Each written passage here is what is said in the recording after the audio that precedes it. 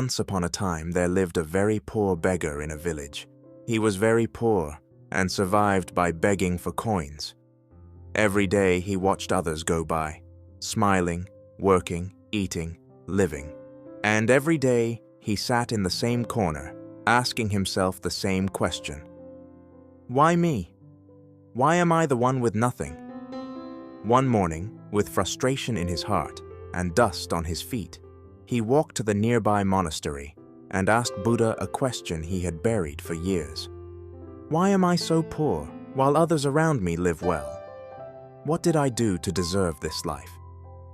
Buddha looked at him calmly and said something the beggar didn't expect. You are poor because you have never given anything to anyone. The beggar's eyes widened in disbelief. But I have nothing to give, he snapped. Look at me. I own nothing. I am nothing. Buddha gently smiled and replied, You may not have gold or land, but you still have plenty to give. The beggar frowned. Like what? He muttered. Buddha leaned forward and spoke with compassion.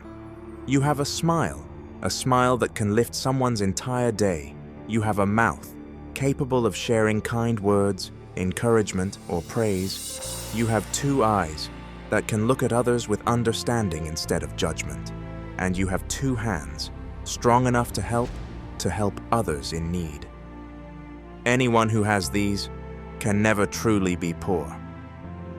There was silence. For the first time, the beggar didn't feel poor.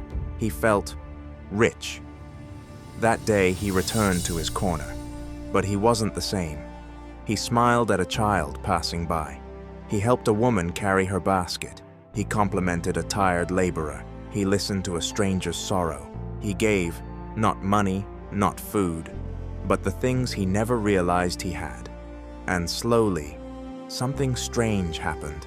People started noticing him, talking to him, offering food, helping him.